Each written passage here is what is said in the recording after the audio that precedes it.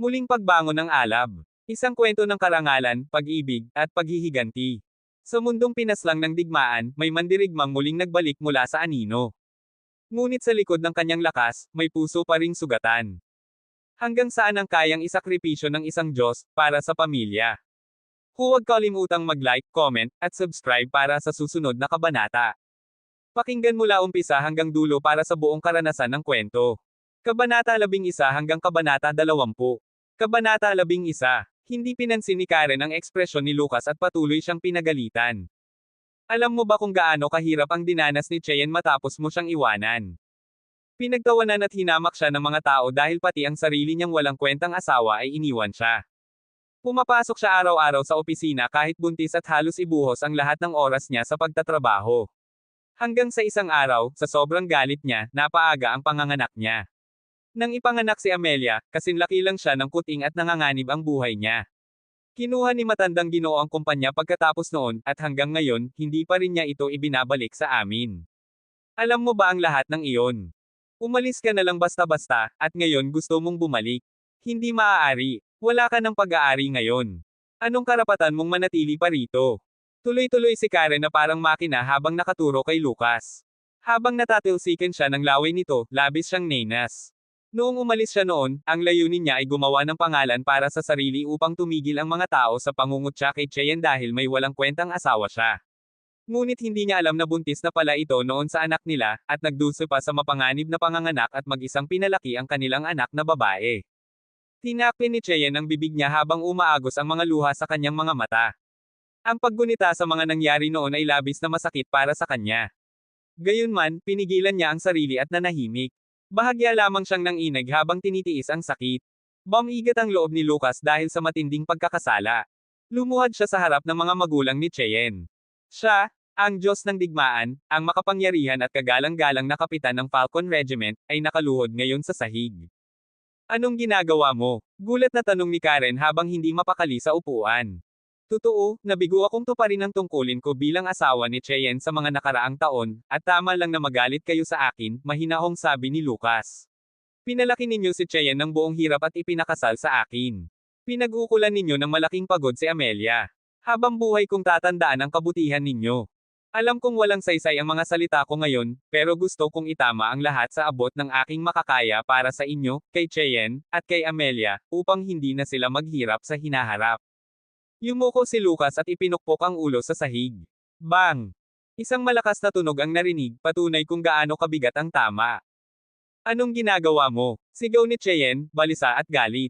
Bakit niya ipinukpok ng ganon katindi ang ulo niya? Paano kung masaktan siya ng malubha? Itinaas ni Lucas ang kanyang namumula at namamagang noo at ngumiti sa magandang babaeng nakaluhod sa tabi niya na may pag-aalalang ekspresyon.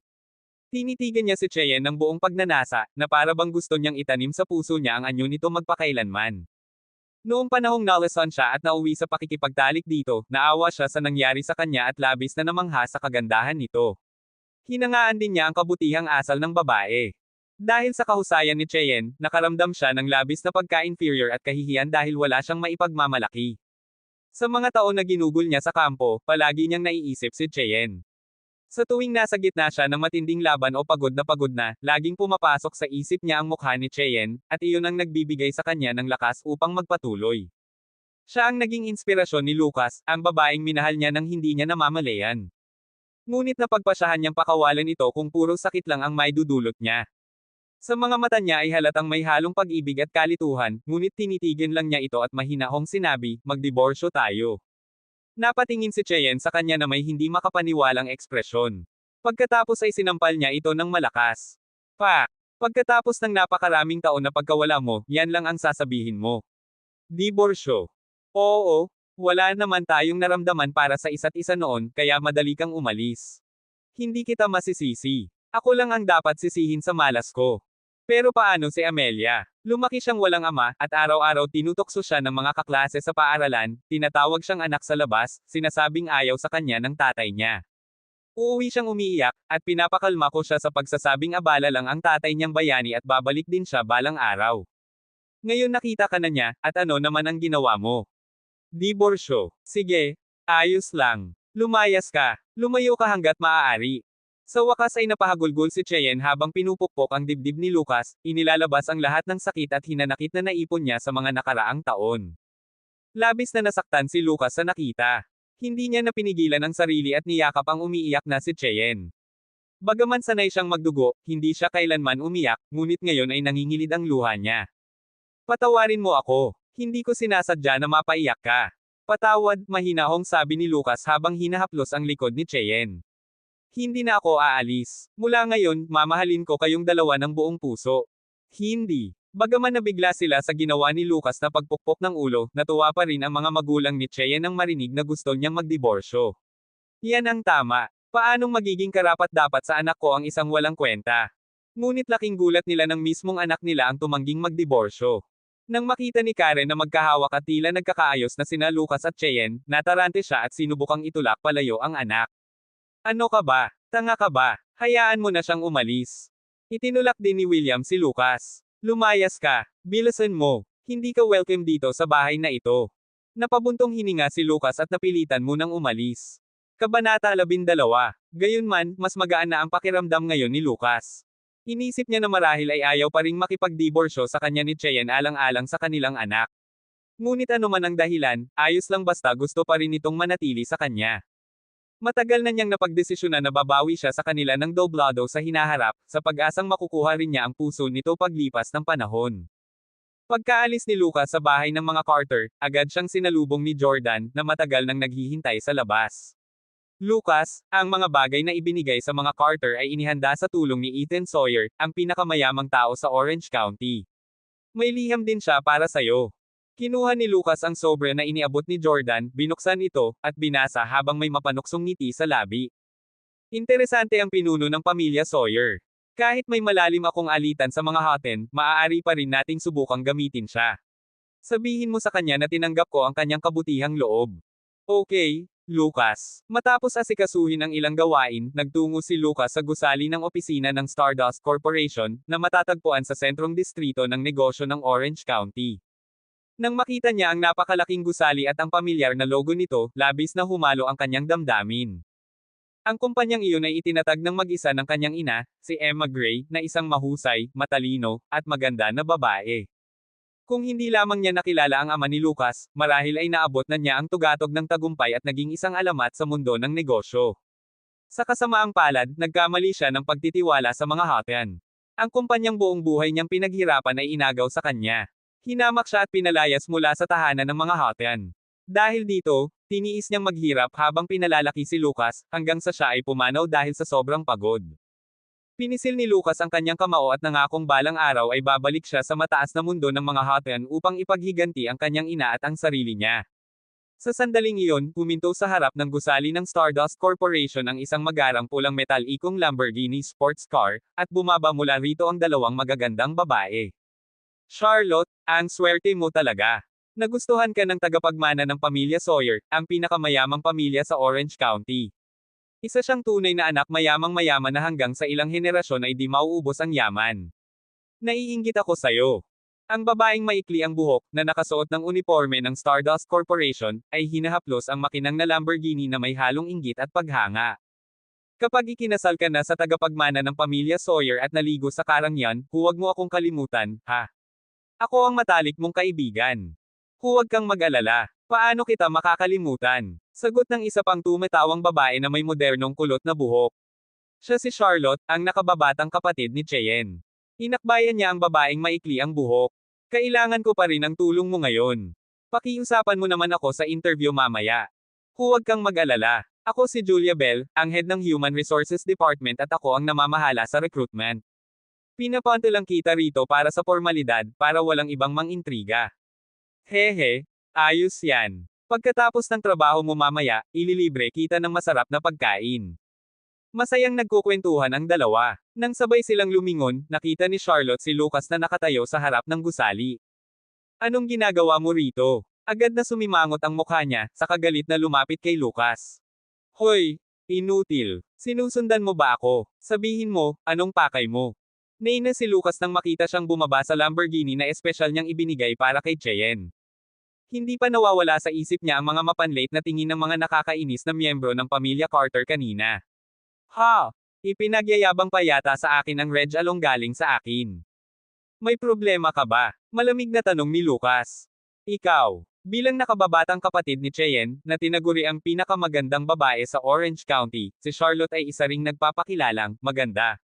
Sanay siyang purihin ng marami at hindi pa siya kailanman ininsulto sa harap ng ibang tao, kaya namula siya sa galit. Sino tong lalaking to, Charlotte? Tanong ni Julia habang lumalapit at sinusuri si Lucas. Guwapo siya, at mga 1.85 meters ang tangkad. Pero simple ang suot niya, halatang hindi aabot sa $30 ang halaga ng buong damit niya. Tiningnan siya ni Charlotte na may paghamak. Iyan ang walang kwentang asawa ng ate ko. Ilang taon na ang nakalipas, ninakawan pa niya ng $50,000 ang tatay ko, tapos may mukha pa siyang bumalik ngayon. Kanina, nagwala siya sa bahay namin at pinahiya si Seth Miller, at pinaiyak pa ang ate ko. Nanlaki ang mga mata ni Julia sa gulat. Alam ng halos lahat ang iskandalo noon na kinasangkutan ng kapatid ni Charlotte, si Cheyenne. Kahit ilang taon na ang lumipas, may mga taong pinag-uusapan pa rin ito. Madalas sabihin ng mga magulang ni Julia sa kanya, bakit mo gustong maging sobrang karera? Tingnan mo si Cheyenne, CEO nga, pero nasira naman ang reputasyon niya at iniwan pa ng walang kwentang asawa. Kaya sa isip ni Julia, ang asawa ni Cheyenne ay tiyak na bastos, tamad, at pangit. Hindi niya inasahang gwapo pala ito sa personal. Ngunit kahit gwapo pa siya, wala rin iyon. Isa siyang walang silbi at inutil. Pinilit ni Julia na itago ang paghamak at ngumiti ng peke. Pasensya na, pero bawal tumambay dito ang mga hindi empleyado ng Stardust Corporation. Pakiusap, umalis ka. Tinitigan lang siya ni Lucas at dumiretso papasok sa lobby. Hindi niya sinayang ang oras para sagutin ito. Sandali lang. Mabilis na hinabol siya ni Julia upang harangin, halatang inis. Hindi mo ba ako narinig? Huwag ka nang pumasok pa. Hindi tatanggapin ng kumpanya namin ang isang katulad mo. Kabanata 13. Ginagamit talaga niya ang isang gawa-gawang kautusan para utusan ang mga tao. Tiningnan ni Lucas si Julia ng malamig, dahilan para ito'y matigilan sa takot at umatras ng ilang hakbang matapos matakot sa kanyang tingin. Paano mo siya nagawang takutin? Galit na galit si Charlotte nang makita si Julia na natakot. Julia, tawagin mo ang security at paalisin siya. Mula sa di kalayuan, agad lumapit ang isang gwardya nang mapansin ang kaguluhan. Anong nangyayari dito? Itinuro ni Julia si Lucas. Ang lalaking ito ay may kasong pagnanakaw noon, at ngayon ay pilit na pumapasok sa ating kumpanya. Umaasa ako na gagampanan ng security department ang kanilang tungkulin. Kung hindi, huwag ninyo akong sisihin kung bawasan ko ang inyong sahod. At saka, darating ngayon ang bagong hirang na chairman ng kumpanya. Kung hindi ninyo siya tatanggapin ng maayos, hindi lang sahod ang mawawala sa inyo. Naiintindihan ninyo. Si Julia ay pinuno ng HR department ng korporasyon at may malaking kapangyarihan. Alam ng gwardya na seryosong usapan iyon. Nang makita niya ang matangkad at matipuno si Lucas, nag-alala siya na baka hindi niya kayang pigilan mag-isa, kaya't agad niyang iniulat ang sitwasyon sa radyo. Di nagtagal, dumating si Captain Moore ng security team kasama ang higit sa 10 armadong gwardya.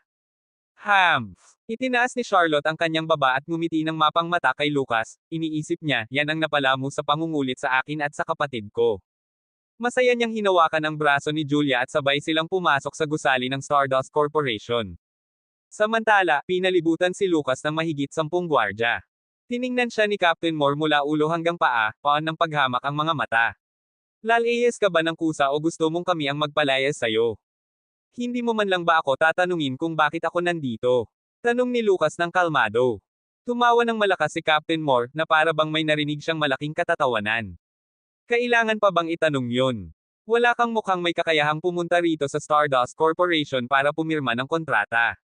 Isa pa, sinabi na ni MS Bell na hindi ka pwedeng pumasok sa kumpanya. Sumimangot si Lucas. Kaya pala isa kang beerang hambog at aso rin ng amo mo. Anong sinabi mo? Galit na galit si Captain Moore at itinuro ang mga kasamahan. Lintik ka. Sawang-sawa ka na sigurong mabuhay.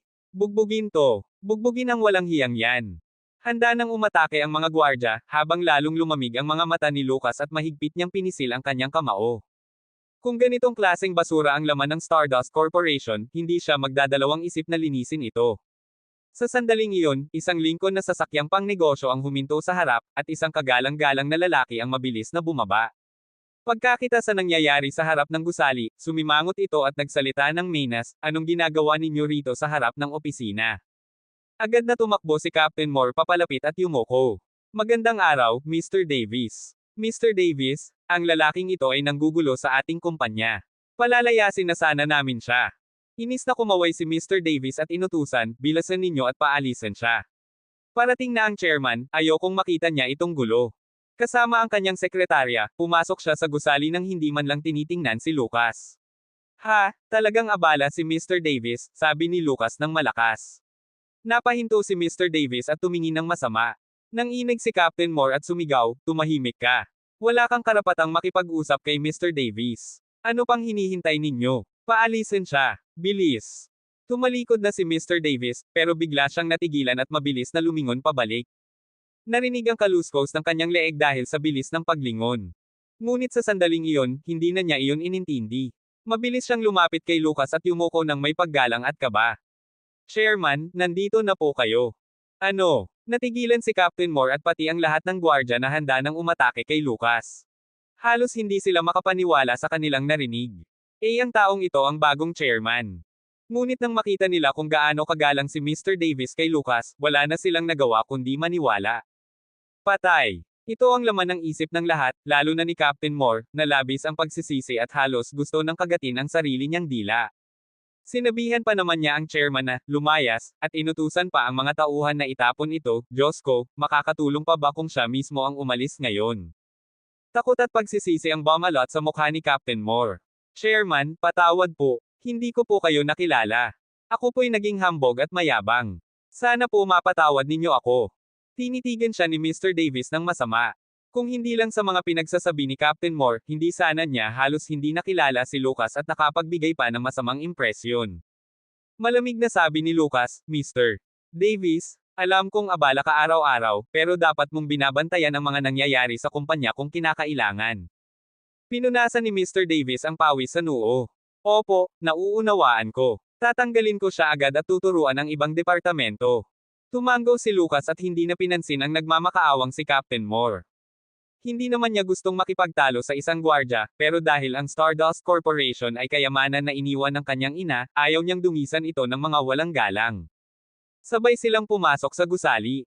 Habang naglalakad, abalang-abala si Mr. Davis sa pagpindot ng mga buton ng elevator at naglalahad kay Lucas ng pangkalahatang ulat tungkol sa iba't ibang departamento ng kumpanya. Maraming veteranong empleyado ang napalingon sa kanila. Nang makita nila kung gaano kabait at kasigasig si General Manager Flynn Davis, napag-isip-isip nilang si Lucas nga ang bagong chairman. Sa kasamaang palad, napakabilis nilang maglakad kaya walang nakakita ng malinaw sa mukha ni Lucas. Sana makita ko man lang kung anong itsura ng bagong chairman, bulong nina Charlotte at Julia habang nakatingala, nang hihinayang na hindi nila ito nasalayan ng malinaw. Kabanata 14. Sa isang iglap, nakarating sila sa opisina ng chairman sa pinakataas na palapag ng gusali. Pinunasan ni Flynn Davis ang sofa gamit ang manggas niya, kahit nilinis na ito ng janitor, at magalang na inalok si Lucas na maupo. Pagkatapos ay gumawa siya ng tsaa at inialay ito. Hindi ko po alam kung anong klase ng tsaa ang gusto ninyo. Ito po ay mataas na uri ng Dragonwell tea. Kung gusto ninyong iba, ipaghahanda ko agad. Pinigilan siya ni Lucas at tinitigan ng may malamig na ngiti. Hindi nagtagal, hindi na makangiti si Davis, dahil ramdam niyang matindi ang bigat ng tingin ni Lucas. Unti-unting lumabas ang pawis sa kanyang bilugang mukha, patak-patak. Ilang beses niyang tinangkang magsimula ng usapan, ngunit tuwing masasalubong niya ang malamig at nakakatakot na mga mata ni Lucas, nananahimik siya. Habang lumilipas ang oras, lalo siyang nababalisa. Ibinagsak ni Lucas ang folder ng mga dokumento sa mesa. Bagaman hindi malakas ang tunog, muntik nang tumalon si Davis sa gulat. Bahagyang itinuro ni Lucas ang mga dokumento gamit ang kanyang baba. Mr. Davis, tingnan mo ito. Maingat na binuksan ni Davis ang mga papel at pagkabasa pa lamang sa unang 2 linya, namutla siya at nagsimulang manginig. Basahin mo ng malakas, mahinahong utos ni Lucas. Nauutal na sagot ni Davis, tumutulo ang pawis sa noo at nanginginig ng tuluyan. Ang nilalaman ng mga dokumento ay nakakasindak. Paano niya iyon babasahin ng malakas? Ayaw mong basahin, hindi ba? Ako na ang babasa. Sinimulan ni Lucas na basahin ng malinaw ang bawat salita, na para bang kabisado niya ito. Hulyo taong 2018. Pagnanakaw ng pondo sa materyales na nagkakahalaga ng $200,000 sa pakikipagsabuatan sa Haynes Group. Oktubre taong 2018. Tumanggap ng suhol mula sa Jocelyn Building Materials, bumili ng mababang uri ng materyales sa mataas na presyo, at dahil sa problema sa kalidad ay nagbayad ng danyos, nagdulot ng higit $1 milyong na pagkalugi sa kumpanya. Marso taong 2019. Hindi na nakayanan ni Davis, nang hina ang tuhod niya at bumagsak siya sa sahig ng malakas. Habang nakaluhod, namutla ang mukha niyang parang papel. Hindi niya akalaing agad na makakakuha ang batang chairman ng napakaraming ebidensyang laban sa kanya. Marami pa roon ang mga dokumentong matagal na niyang sinira, hindi niya alam kung saan nakuha ni Lucas ang mga iyon. Kung ay demanda siya ni Lucas, siguradong kukumpiskahin ang lahat ng kanyang ari-arian at makukulong siya. Iyon ay dahil lang sa isang sandaling kahibangan kaya ako nagkamali. Chairman, pakiusap, patawarin mo ako ngayon at bigyan ng isa pang pagkakataon. Magbabago na po ako at sisikapin kong mabawi ang mga pagkalugi. Palalakihin ko pa ang halaga ng kumpanya. Lucas, gusto mo bang alisin natin siya? Biglang lumitaw si Jordan sa tabi ni Lucas at malamig na nagmungkahi. Halos maihi si Davis sa takot. Alam niya na si Lucas ang bagong chairman, at may kaunting alam siya sa nakaraan nito. Bagaman di niya alam ang buong detalye, sigurado siyang nakapatay na ito noon. Hindi niya pinagdudahan ang katotohanan ng mga salitang iyon. Hindi na nanakot si Jordan, seryoso ang tono niya. Kung oo ang sagot ni Lucas, papatayin niya si Davis sa oras na iyon. Ang dami nitong ninakaw na pera at ginamit pang mababang kalidad ng materyales sa konstruksyon, na nakasira sa reputasyon ng Stardust Corporation. Kahit mamatay siya ng 100 beses, hindi pa sapat. Si Chairman Gray, pakiusap, patawarin mo ako. Gagawin ko ang kahit ano, basta't huwag mo akong patayin. Tiningnan ni Lucas si Jordan ng may bahagyang pagkainis. Hindi tayo nasa ganoong lugar ngayon. Huwag kang basta pumapatay pagbalik natin. Napabuntong hininga ng maluwag si Davis, ngunit agad niyang narinig ang malamig na tinig ni Lucas sa itaas niya. Bibigyan kita ng pagkakataon, pero nasa iyo kung paano mo ito hahawakan. Mr. Davis, matalino kang tao. Alam mo na siguro ang ibig kong sabihin. Sa pandinig ni Davis, parang tinig iyon ng langit.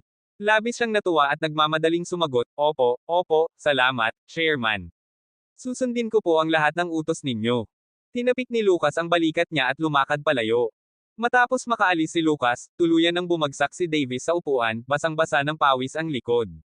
Dahil hawak ni Lucas ang lahat ng ebidensya laban sa kanya, wala na siyang magagawa kundi sumunod. Bukod pa roon, hindi simpleng tao si Lucas Gray. Kahit hindi mabagsik ang tono niya, ang kanyang malamig na ugali ay mas nakakatakot at nakakapangilabot, kaya't hindi na naglakas loob si Davis na suwayan siya. Lucas, pababayaan mo na lang ba ang taong yun? Hayaan mo pa rin siyang maging general manager. Tanong ni Jordan habang palabas sila ng gusali ng Stardust Corporation, puno ng panghihinayang. Walang madali. Kara-rating ko lang, at wala pa akong angkop na papalit. Hawak ko na si Davis ngayon. Isa pa, may kakayahan siya at kilala niya ang Stardust Corporation pati ang mga impluensya sa Orange County. Pwede pa siyang manatili dyan pansamantala. Sa hinaharap, depende kung kaya ko siyang supalan. Matagal nang nasa kamay ng pamilya Houghton ang Stardust Group, at komplikado ang mga relasyon sa loob. Hintayin muna natin ang tamang oras. Kapag sapat na ang mga tao natin, saka tayo gagalaw at palitan ang karamihan sa mga tauhan. Okay, Lucas. Sabik na akong makita ang araw na iyon. Kinuyam ni Jordan ang kanyang kamao sa pananabik. Napatawa si Lucas. Bata pa rin si Jordan sa pag-iisip, mahilig pa rin sa gulo at sa mga sitwasyong puno ng drama. Kung sasama ka sa akin, baka kakaunti na ang pagkakataon mong ipakita ang talento mo. Ikaw. Hindi, Lucas. Alam ko na ang gusto mong sabihin. Nasabi ko na noon, nang magdesisyon akong umalis sa Calico at sumama sa iyo dito sa Orange County. Wala akong interes sa karera o kapangyarihan. Gusto ko lang sumama sa'yo. Huwag mo akong paalisin, mabilis na sabi ni Jordan. Tumango si Lucas at hindi na nagsalita pa. Sa ganitong kaso, mag-ikot-ikot ka sa Orange County at alamin ang mga impormasyon para sa akin. Lalo na, biglang lumamig ang mukha ni Lucas, at parang may bagyong nagkukubli sa kanyang mga mata. Ang taong nagsabotahe sa akin at kay Cheyenne 6 na taon na ang nakalipas. Kabanata 15. Kinabukasan, pumasok si Cheyenne sa trabaho sa Brilliance Corporation, nakasuot ng maayos at formal gaya ng dati. Pagkapasok pa lang niya sa opisina, lahat ng mga mata ay nakatuon sa kanya, direkta man o palihim. Simula nang mangyari ang insidenteng iyon, bumaba siya mula sa pagiging chairman tungo sa mababang posisyon bilang manager. Dahil dito, madalas siyang tinitingnan ng may kakaibang tingin. Ngunit ngayon, mas marami ang nakatitig sa kanya. Alam ni Cheyenne ang dahilan. Inisip niyang malamang ay kumalat na ang kaguluhan sa tahanan ng mga Carter kahapon dahil sa madaldal niyang mga kamag-anak. Tulad ng inaasahan niya, pagpasok niya sa silid-pulong, sinalubong siya ng pangungutya. Cheyenne, narinig ko na bumalik na ang inutil mong asawang nakikitira lang. Bakit nandito ka sa opisina imbes na pinagsisilbihan siya sa bahay ngayon? Ang nagsalita ay isang lalaking nasa 30 anyos, nakasandal at nakapatong ang mga paa sa mesa ng pulong. May bakas ng pagkainis sa mga mata ni Cheyenne. Siya ay pinsan niyang si Bryce Carter, ilang taon na mas matanda sa kanya. Inutil siya ngunit arrogant at mayabang. Mula nang maaga ng pamilya niya ang Brilliance Corporation mula sa kanya, si Bryce ang itinalaga bilang Deputy General Manager, dahilan upang magamit niya ito para apihin si Cheyenne. Simula noon, naging labis ang kanyang pagyayabang at lagi siyang nang-aasar o nagyayabang tuwing nakikita si Cheyenne. Nang hindi siya pinansin ni Cheyenne at nanatiling malamig ang ekspresyon, lalo siyang nang-insulto. Talagang saludo ako sa kapal ng mukha mo. Nakagawa ka ng nakakadiring bagay at pinagsabihan ka na ng lahat, pero may mukha ka pa ring pumasok araw-araw. Nahihiya na kami para sa'yo. Oh, at nanganak ka pa ng isang anak sa labas. Sok! Sok! Tumigil ka. Galit na sabi ni Cheyenne habang tinitigan si Bryce.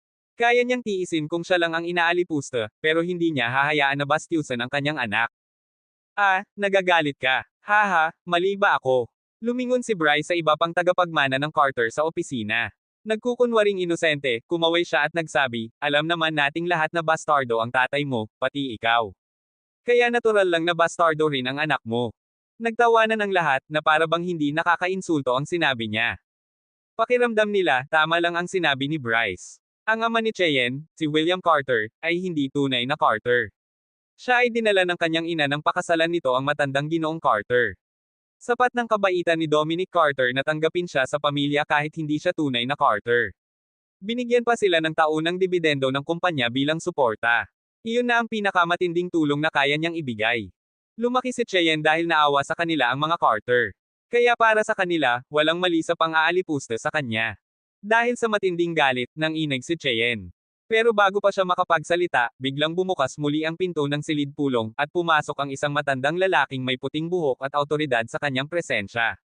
Siya si Dominic Carter, ang lolo ni Cheyenne, at ang pinuno ng pamilya Carter. Maligayang pagdating, Ginoong Carter Sr. Agad na sabi ng lahat habang tumigil sa pagtawa. Itinigil din ni Bryce ang pagiging kampante at dali-daling lumapit upang alalayan si Dominic. Lolo, maupo ka. Ipagtitimpla kita ng tsaa. Hindi na kailangan. Umupo si Dominic sa upuan ng chairman sa dulo ng mesa. Nang makita niyang nakatayo pa si Cheyenne na galit ang ekspresyon, mahigpit niyang sinabi, anong hinihintay mo? Gusto mo pa bang imbitahan kitang umupo? Ngumigiti ngipin si Cheyenne, pinigil ang galit, at umupo sa kabilang dulo ng mesa. Tumingin si Dominic sa lahat ng may awtoridad. Alam niyo naman na kamakailan lang ay nanirahan sa Orange County ang Stardust Corporation. Ang Stardust Corporation ay isang malaking kumpanya na may taunang kita na mahigit 2 bilyong dolyar. Suportado rin ito ng kilalang pamilyang Houghton mula sa kabisera. Alam niyo kung gaano sila kalakas. Kapag nagkaroon tayo ng ugnayan sa Stardust Corporation, may pagkakataon tayong mapalapit sa mga Houghton. Maraming kumpanya at pamilya sa Orange County ang gustong lumapit sa kanila. Hindi tayo dapat mahuli. Sa madaling salita, ang pinakamahalagang tungkulin ng pamilya Carter ngayon ay makakuha ng pagkakataong makipagtulungan sa Stardust Corporation. Naging masaya ang lahat sa narinig. Pero nang maisip nila kung gaano kayabang ang Stardust Group, nawalan sila ng kumpiyansa. Pero hindi naman tayo kabilang sa mga elite sa Orange County. Karapat-dapat ba tayo sa Stardust Corporation? Gusto rin namin, pero napakahirap niyan. Ibinagsak ni Dominic ang kamay sa mesa at sumigaw, malinaw kong sasabihin ngayon. Ipapasa ko ang Brilliance Corporation sa sinumang makakakuha ng kasunduan ng pakikipagtulungan sa Stardust Corporation. Nagkaroon ng kaguluhan sa buong silid matapos marinig ang mga salitang iyon. Ang Brilliance Corporation ang pinakamalaki at pinakaunlad na kumpanya sa lahat ng pag-aari ng mga Carter. Mula nang makuha ito mula kay Cheyenne ilang taon na ang nakalipas, marami sa mga Carter ang gustong makakuha ng posisyon doon. Dahil kapag nagtagumpay sila, lalaki ang kanilang taunang dibidendo. Ngunit alam nilang hindi nila makukuha ang posisyon ng General Manager, dahil alam nilang nakalaan iyon kay Bryce. Gayunpaman, handa na ngayon si Dominic na i-alok ang Brilliance Corporation kapalit ng kasunduan sa Stardust Corporation. Malinaw na malaki ang taya niya. Biglang nanlaki ang mga mata ng lahat, sabik na pumunta sa Stardust Corporation upang subukang makipagkasundo at baka sakaling palarin. Mahigpit na pinisil ni Cheyenne ang kanyang mga kamao at kinuyam ang kanyang panga. Kabanata 16. Ibinuhos ni Cheyenne ang kanyang puso at kaluluwa sa pagpapatakbo at pagtatatag ng Brilliance Corporation. Mahigit 6 na taon na ang nakalipas, ginamit ng kanyang pamilya ang dahilan ng kanyang pagbubuntis at mahinang kalusugan upang agawin sa kanya ang Brilliance Corporation. Mula noon, hindi na nila ito ibinalik sa kanya. Hindi niya kayang bitawan ang negosyong siya mismo ang bumuo, kaya nang mag-1 taong gulang si Amelia, bumalik siya upang magtrabaho muli sa Brilliance Corporation. Gayunpaman, sa kabila ng ilang taong pagsusumikap, isang mababang posisyon lamang bilang manager ang ibinigay sa kanya. Ngayon na inalok ni Dominic ang Brilliance Corporation bilang gantimpala, malinaw na nabagabag siya. Ngunit para sa kanya, ito rin ay isang pagkakataon upang mabawi niya ang Brilliance Corporation ng may katarungan. Tumayo si Bryce at nagsabi kay Dominic, "Lolo, sa tingin ko, hindi imposible ang makipagkasundo sa Stardust Corporation, kahit na mahirap ito." "Oh, magpatuloy ka." Medyo mabait si Dominic sa apo niyang ito na kanyang lubos na pinahahalagahan. Ngumiti si Bryce. "Sa totoo lang, marami na akong inihanda bago pa ito. Lumalapit na ako at nakikipag-ugnayan. Bagamat wala pang malinaw na sagot, naniniwala akong malapit na iyon. Gayunman, may ilang mahahalagang tao na kailangan nating regaluhan ng mamahaling mga bagay, kaya pumunta ka sa Finance Department mamaya at kumuha ng 500,000 para sa paunang pondo." Iwinasiwas ni Dominic ang kamay ng casual. Labis ang tuwa ni Bryce at paulit-ulit na nagpasalamat. Ngumisi si Cheyenne sa kanyang isipan. Ang kanyang pinsan ay matagal nang walang kakayahan at puro kay abangan, kaya alam niya mas malamang nagagastusin lamang nito ang pera sa pakikisama sa mga barkada niyang masamang impluwensya. Gayunman, natatakot akong hindi pa rin ito sapat upang makapagtatag ng kasunduan sa kanila. Sa pagkakaalam ko, napakaraming gustong lumapit sa Stardust Corporation sa Orange County. May hindi bababa sa 100 pamilya at negosyo na kayang mag-alok ng ilang milyong dolyar. Isa lamang tayo sa kanila, kaya bakit tayo pipiliin ng Stardust Corporation? Hinaplos ni Dominic ang kanyang balbas at tumango. "Magpatuloy ka, Bryce. Kaya naman, iminumungkahi kung humanap tayo ng pamilyang katumbas o mas mataas ng kaunti kaysa sa atin at makipagsanib puwersa sa kanila. Sa ganitong paraan, tiyak na lalaki ang ating pagkakataon na magtagumpay. Kapag nagkaroon tayo ng matagumpay na kolaborasyon, magkakaroon din tayo ng karapatan sa desisyon, at hindi na natin kailangang mag-alala na tatapunan tayo ng kabilang pamilya dahil pareho lamang ang ating antas." Napakaganda. Magandang ideya, Bryce. Hindi nakapagtatakang pinahahalagahan ka ni Ginoong Carter Sr. Napakamapanuri mo at malalim mag-isip. Hindi ka lang nakaisip ng magandang plano, pati ang mga hakbang mo ay mahusay din. Maiiwasan nating maglatag ng daan para sa iba at magamit lamang. Paulit-ulit na tumango si Dominic, tanda ng kanyang kasiyahan kay Bryce. "Aling pamilya ang dapat nating makipagtulungan?" Tanong ng isa. Tumingin si Bryce kay Cheyenne na may kakaibang ngiti na puno ng masamang balak, dahilan upang maghinala siya at makaramdam ng masamang kutob. Itinuro ni Bryce si Cheyenne at sinabi sa lahat, "Alam kong nililigawan ni Seth Miller ng JW Corporation si Cheyenne. Kahapon, sinabi na niya sa akin ng malinaw na basta pumayag si Cheyenne na pakasalan siya, sigurado na ang pakikipagkasundo sa pagitan natin at ng mga Miller." Ngumiti siya. Ano bang relasyon ang mas malapit pa kaysa sa kasal? Namuti ang mukha ni Cheyenne. Bigla siyang tumayo upang mariing tumutol. "Hindi." Kumunat ang noo ni Dominic. Lumapit si Bryce kay Cheyenne. "Anong problema? Naging katatawanan ng mga Carter sa buong Orange County dahil sa iskandalo mo.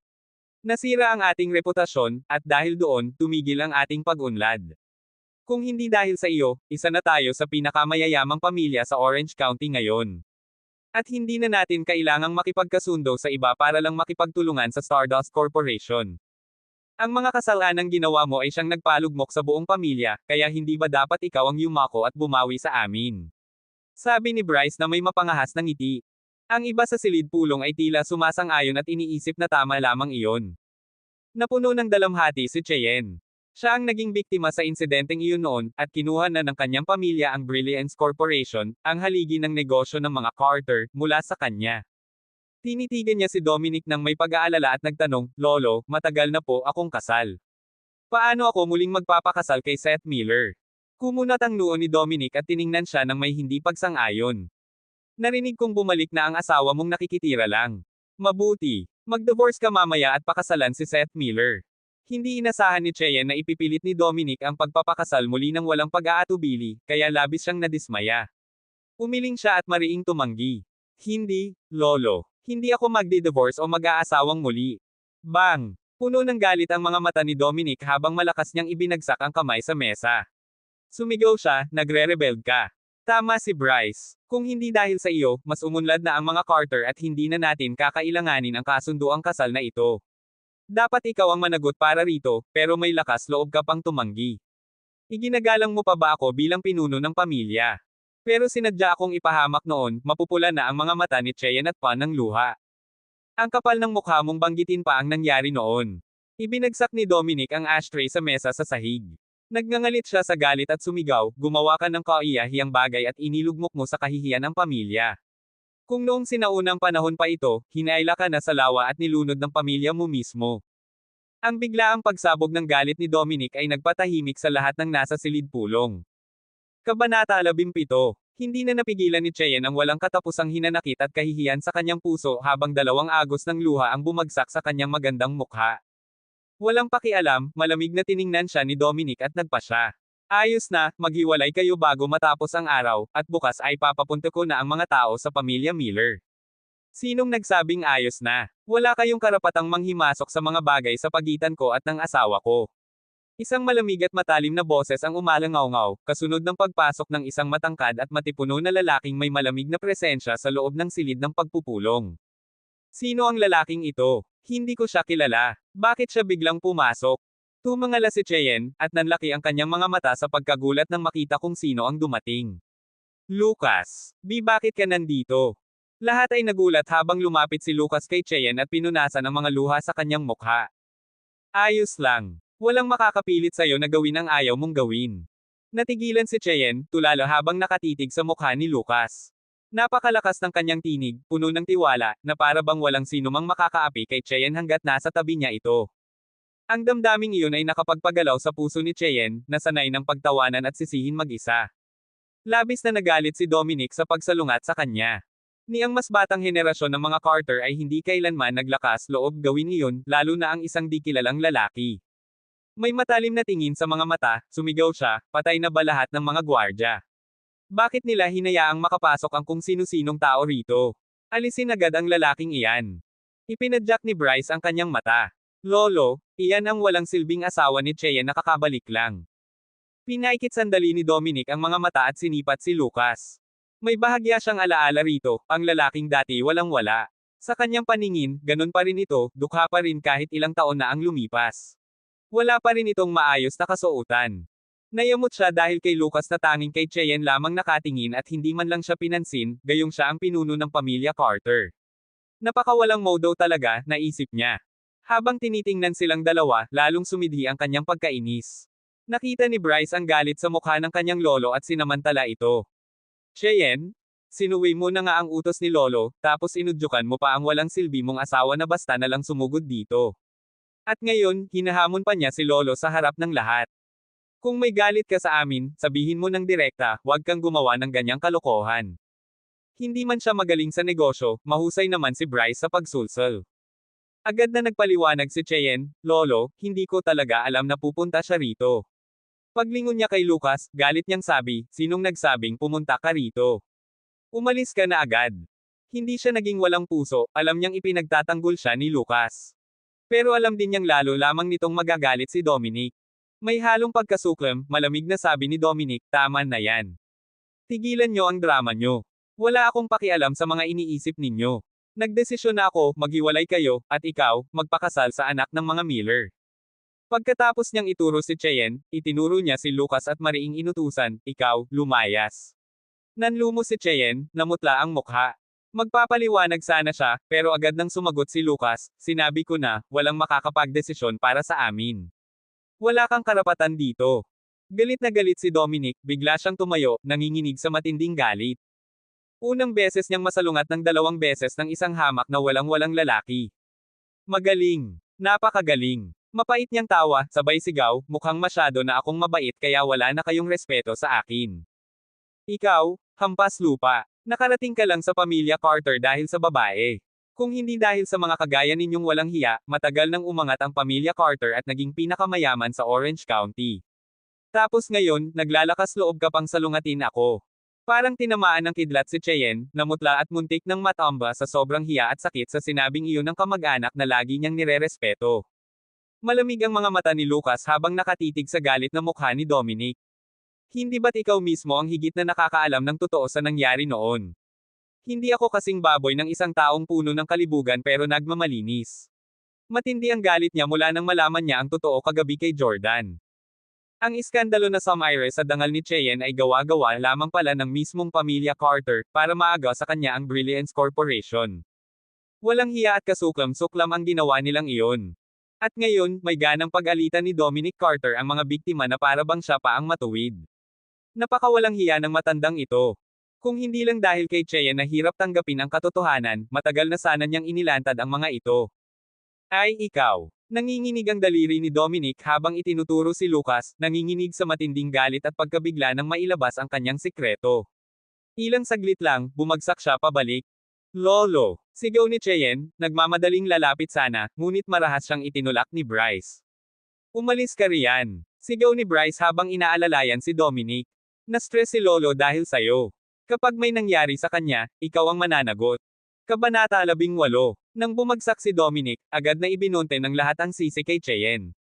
Cheyenne, matagal ka na bang may galit kay Ginoong Carter? Kaya mo ba sinadyang papuntahin ang asawa mo para asarin siya? Akala mo ba magiging iyon na ang Brilliance Corporation kapag napagalit mo ang matandang Ginoo at napaalis siya? Sabi ko na nga ba, mga walang utang na loob talaga sila. Ang sama ng mga balak. Ang sunod-sunod na panlalait ay parang mga patalim na tumatarok sa puso ni Cheyenne. Napakarami na niyang isinakripisyo para sa pamilya, pero ngayon, puro paninisi lang ang natanggap niya. Uminom ng 2 lagok ng tubig si Dominic at bahagyang kumalma bago tumingin kay Cheyenne ng may matinding pagkasuklam. Ano man ang sabihin mo, ikaw pa rin ang pangunahing dahilan kung bakit nagkaganyan ang pamilya Carter ngayon. Kailangang makuha natin ang kasunduan ng kooperasyon sa Stardust Corporation. Kaya may dalawang pagpipilian ka, pakasalan mo si Seth Miller para makipagsanib tayo sa pamilya nila, o ikaw mismo ang mag-ayos ng kasunduan sa Stardust Corporation. Kung hindi, wala ka ng lugar sa pamilyang ito.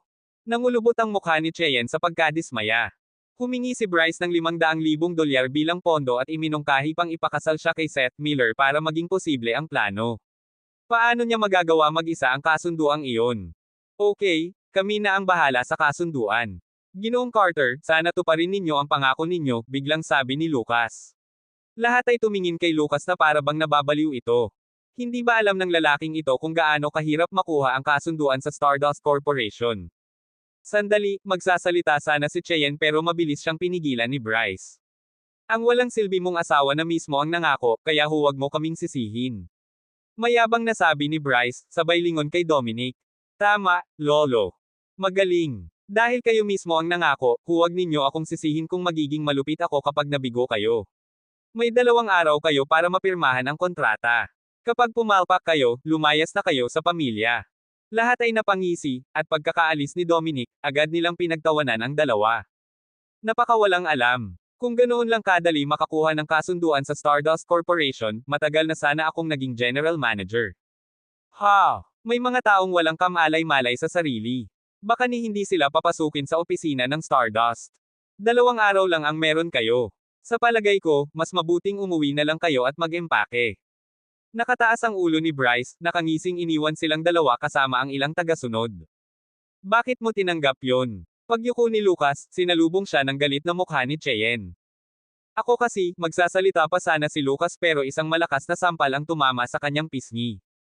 Kasalanan mo lahat to. Bakit mo tinanggap, ngunit bago niya matapos ang salita, tuluyan nang bumuhos ang luha ni Cheyenne. Biglang nawala ang galit sa dibdib ni Lucas nang makita ang kanyang mga luha. Alam mo ba kung gaano kahirap tong gawain na to? Alam mo bang sabik silang mabaigo ako para mapalayas kami? Humahagulgol na sabi ni Cheyenne, puno ng kawalan ng pag-asa. Habang tinitingnan niya ito, napuno ng awa at sakit ang puso ni Lucas. Mahinahon niyang sabi, huwag kang mag-alala. Tutulungan kita. Biglang tinaas ni Cheyenne ang kanyang ulo, namumula ang mga mata. Paano mo ako tutulungan? May kakilala ka ba sa Stardust Corporation? Marunong ka bang makipagkasundo at pumirma ng kontrata? Wala kang alam. Paano mo ako matutulungan? Itinulak niya si Lucas at umalis ng umiiyak. Tahimik siyang sinundan ni Lucas hanggang makabalik ito ng ligtas sa tahanan ng Carter bago siya tuluyang lumisan ng may pait sa dibdib. Pagpasok ni Cheyenne, agad siyang sinalubong ni Karen. Narinig kong gumawa ng gulo yung walang silbing asawa mo sa opisina kanina. Anong nangyari? Nagdulot ba siya ng problema? Bakit hindi mo siya binantayin? Sino ba siya para makapasok sa pamilya Carter? Pagod na pagod, kumaway si Cheyenne. Pagod ako, mama. Huwag mo na akong tanungin. Ang tipid mong sumagot. Akala mo kung sino ka ng maganda ngayon, ha? Labis na naiinis at nababagabag si Cheyenne. Sinabi ng kanyang lolo na kailangan niyang makakuha ng kontrata sa loob ng 2 araw. Napakalapit na ng oras at halos imposible ang gawain. Sobrang bigat ng isip niya, para bang sisubog na ang ulo niya. Kapag hindi siya nakapirma ng kontrata sa loob ng 2 araw, mapapalayas ang pamilya nila. At kapag nalaman iyon ng kanyang ina, siguradong magwawala ito. May kailangan pa akong gawin. Aalis muna ako. Sabihin mo kay Charlotte na siya na ang kukuha kay Amelia sa kindergarten mamaya. Mabilis na naghugas ng mukha si Cheyenne, inayos ang kanyang ayos, at dali-daling lumabas ng bahay. Kulang na ang oras, at kailangan niyang personal na kausapin ang pinuno ng Stardust Corporation. Kahit maliit ang tsansa, kailangan niyang subukan. Maya-maya, huminto sa harap ng bahay ang isang makinang na pulang Lamborghini, at galit na bumaba si Charlotte. Nasaan si ate? Agad niyang tanong pagpasok. Umalis ang ate mo. Oo. Pinapasando kanya kay Amelia mamaya, sagot ni Karen habang nakaupo sa sofa, naglalagay ng mga hiwa ng pipino sa mukha. Hiniblat ni Charlotte ang braso ng ina at sumigaw, Mama, hindi ngayon ang oras para magpa-facial. Namumula sa galit ang mukha niya. Mama, hindi mo alam. Pumunta yung walang silbi sa opisina at inasar si Lolo. Tapos, nagboluntaryo pa siyang ayusin ang kasunduan sa Stardust Corporation. Alam mo bang napakaraming pamilya sa Orange County ang gustong makalapit doon? Sino ba tayo? Imposibleng magawa yon. Ang kapal talaga ng mukha ng walang silbing yun para pumayag. Pag bumalik yan, ako mismo ang magtuturo sa kanya ng leksyon. Galit ding sabi ni Karen matapos marinig iyon. Talagang istorbo at walang kwenta raw si Lucas. Mama, hindi pa yan ang pinakamasama. Sinabi ni Lolo na kapag hindi nila nakuha ang kontrata sa loob ng 2 araw, palalayasin tayong lahat sa pamilya Carter. Ano? Sigaw ni Karen, sabay tayo agad at nakalimutan ang mga piraso ng pipino na naglaglagan sa sahig. Kabanata 19. Nagagalit si Karen dahil sangkot ang kanyang pansariling interes. Ang walang kwentang iyon ay malas. Isa siyang masamang tao at wala na siyang konsensya. Sigurado akong nandito siya para saktan tayo. Kahit gusto niyang mamatay, hindi niya dapat idamay tayo. Hindi. Sabihin mo sa kapatid mo na hiwalayan siya agad para hindi tayo sisihin ng lolo mo. Bilisan mo, tawagan mo ang kapatid mo at sabihing umuwi agad siya. Tinulak ni Karen si Charlotte sa sobrang pagkataranta habang pinagsisigawan ni Charlotte, Inay, walang silbi yan. Sabi ni Lolo, sabay na tinanggap ni Cheyenne at ng talunan na yun ang gawain, kaya kailangan nilang tapusin yun. Kung hindi, wala ni isa sa atin ang makakaligtas. Galit na galit si Karen kaya napasigaw siya habang nilalay si Lucas ng kung ano-anong masasamang salita. Pagkatapos noon, nagsimula naman siyang pag-alitan si Cheyenne. Nang marinig ni William na palalayasin sila sa pamilya Carter, nawala na siya ng ganang magbasa ng dyaryo dahil mabigat ang kanyang loob. Bukod pa rito, lalong sumama ang pakiramdam niya dahil sa sigaw at mura ni Karen, kaya't napasigaw siya, mapupunit na yata ang eardrum ko sa kakasigaw mo. Ang ingay mo. Ang kapal ng mukha mong sigawan ako. Sigaw ni Karen na mas malakas pa matapos mabigla sa galit ni William. Sa huli, kasalanan mo pa rin lahat to. Kung hindi dahil sa hindi ka tunay na anak ni Dominic, hindi niya tayo basta palalayasin. Isa ka ring walang silbi. Ang alam mo lang ay sigawan ako dito sa bahay. Kung matapang ka talaga, harapin mo ang ama mo. Ang malas ko talagang mapang-asawa ang talunan na katulad mo. Kapag Naple AS talaga tayo, anong gagawin natin? Muling bulyo ni Karen kay William. Sobrang inis na rin si Charlotte at naisip niyang, hindi ko na kaya tumira rito. Binuksan niya ang pinto at nagmaneho papunta sa kindergarten para sunduin si Amelia. Pagdating niya sa harap ng Sans Kindergarten. Sa daan, habang sakay ng mamahaling sports car, nakakuha si Charlotte ng mga naiinggit na tingin mula sa mga dumaraan, kaya gumanda ang kanyang mood. Oras ng uwian noon sa kindergarten. Matagal siyang naghintay sa labas ngunit hindi niya nakita si Amelia, kaya pumasok siya. Nakita niya si Amelia sa tapat ng slide at tatawagin na sana niya ito nang marinig niya ang malinaw na boses ng isang batang lalaki. Isa kang anak sa labas na walang gustong kumuha sayo. Boo! Sabi ng batang lalaki sa tapat ni Amelia, sabay labas ng dila at pang-aasar. Namula ang mukha ni Amelia sa inis at nagsimulang tumulo ang luha. May tatay ako. Bumalik na ang tatay ko. Boo! Sabi ni Mommy, rapist daw ang tatay mo at walang kwenta, huhulihin daw siya ng pulis. Pew pew. Bababarilin siya. Anak ka ng rapist kaya dapat barilin ka rin. Pew pew. Nilabas ng bata ang hintuturo niya at ginawang parang baril bago tumakbo palapit para tusukin si Amelia. Tama na. Sigaw ni Charlotte habang nagmamadaling tumakbo at hinayla si Amelia papunta sa likod niya. Nang makita ng batang lalaki si Charlotte, tumakbo siya palayo ngunit nadapa at bumagsak sa lupa. Umiyak ng malakas ang bata. Niyakap naman ni Amelia si Charlotte ng mahigpit at umiiyak din. Tita, may tatay ako. Bumalik na siya. Mabait siya, hindi siya katulad ng sinabi nila. Naiyak si Charlotte habang naririnig ang pag-iyak ni Amelia sa kanyang bisig. Oo, Amelia, huwag kang umiyak. Bumalik na ang tatay mo, at hindi ka na nila kayang apihin, malumanay niyang sabi habang hinahaplos ang likod ng bata. Anak, anong nangyari, anak? Sa narinig na iyakan, dali-daling tumakbo mula sa malayo ang mag-asawang magulang ng bata at agad itong binuhat. Mommy, sinaktan niya ako. Reklamo ng bata sabay turo kay Charlotte at lalong umiyak. Agad na tiningnan ng mag-asawa si Charlotte ng masama. Matanda ka na, pero sinaktan mo ang anak ko. Wala ka bang hiya? Nainis si Charlotte dahil napagbintangan. Anak mo ang unang nambuli sa pamangkin ko. Paglapit ko pa lang, tumakbo na siya at nadapa sa sarili niya. Kailan ko siya sinaktan? Hindi nakinig ang babaeng mataba na nasa 30 anyos. Galit na sumugod siya kay Charlotte. Sinaktan mo ang anak ko, ha? Walang hiya kang babae, sige, saktan mo ulit to sa harap ko. Sabay taas ng kamay para sampilan si Charlotte. Nagulat si Charlotte. Naka-high heels siya at karga si Amelia, kaya hindi siya makaiwas. Habang papalapit na ang kamay ng babae, pumikit si Charlotte at pinigilan ang sarili habang niyayakap si Amelia. Sa sandaling iyon, isang lalaki ang biglang lumitaw at hinawakan ang pulsuhan ng babae. Ah, sino ka? Sigaw ng matabang babae sa gulat. Sa halip na masaktan, narinig ni Charlotte ang sigaw ng babae sa pagkabigla. Dahan-dahan niyang iminulat ang mga mata at nakita ang isang matangkad na lalaki na nakaharang sa harap niya. Napasinghap si Charlotte sa gulat. Ang matikas na lalaking iyon ay walang iba kundi ang sinasabing walang kwentang si Lucas. Binitiwan ni Lucas ang pulsuhan ng babae, saka lumingon kina Charlotte at Amelia at nagtanong ng may pag-aalala, ayos lang ba kayo? Daddy! Sigaw ni Amelia sa tuwa, habang kumikislap ang mga mata. Habang papalapit ang kamay ng babae para saktan sila, biglang dumating ang tatay niya, parang isang bayaning lumabas mula sa kwento. Kabanata 20. Umiling si Charlotte na may magkahalong damdamin. Ayos lang kami. Dear, tignan mo, parehong inaapi nila ako. Reklamo ng matabang babae. Napigilan siyang manakit pero natakot siyang harapin si Lucas dahil matangkad ito, kaya napilitan siyang humingi ng tulong sa asawa. Pagharap niya, napansin niyang nakatitig ang asawa niya sa magandang si Charlotte na parang tulala, kaya lalo siyang nagalit. Malanding babae. Tigilan mong mangakit ng mga lalaki. Sabay pisil at pihit niya sa balikat ng asawa. Tinatitigan mo pa rin siya, ha? Inaapi na ang asawa mo. Lalaki ka pa ba? Saka lang natauhan ang lalaking may salamin.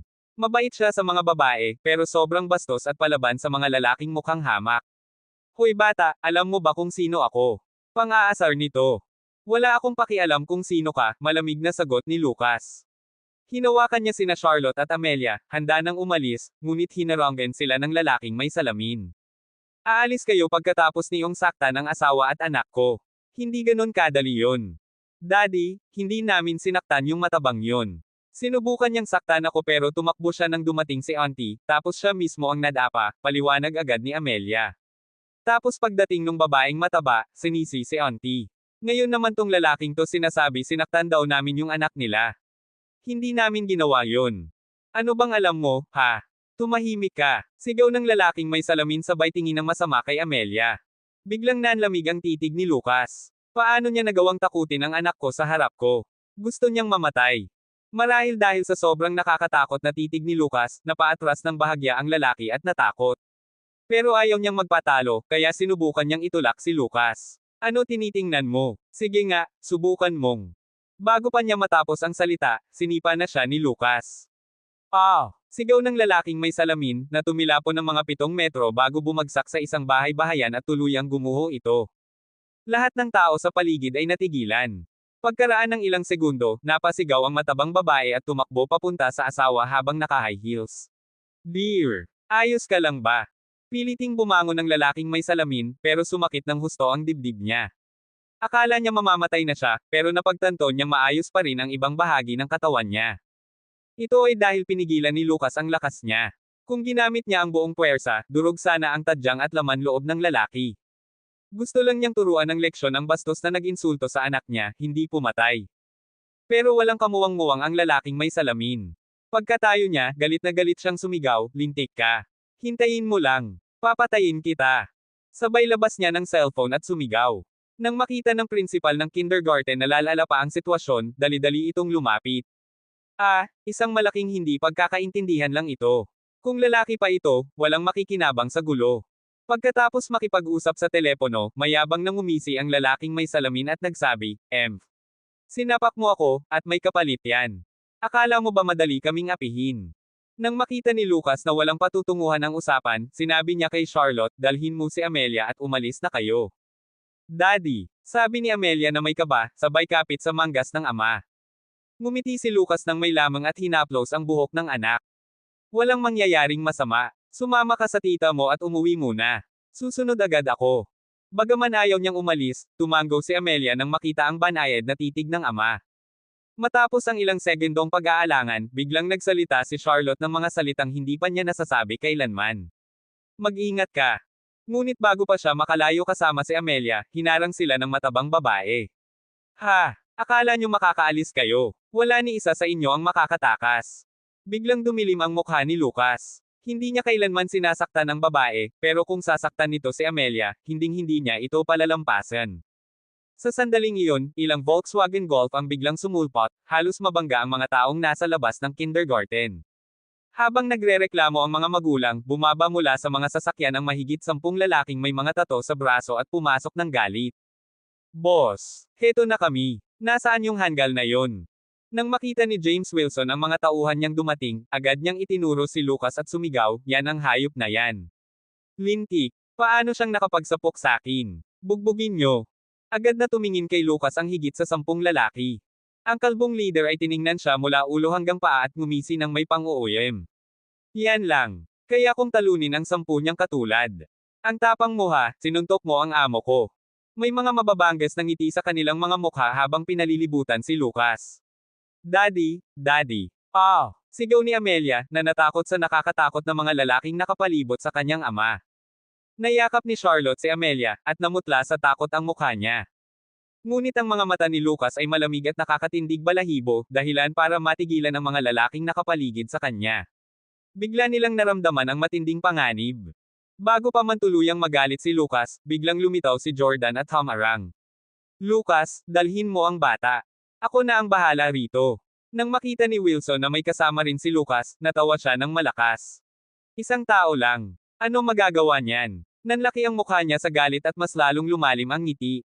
Sabi ng asawa ko, wala ni isa sa inyo ang makakaalis. Idinyure ni Jordan ang bubble gum sa bibig at malamig na nagsabi, mga inutil. Hindi kayo karapat-dapat na suntukin pa ni Lucas.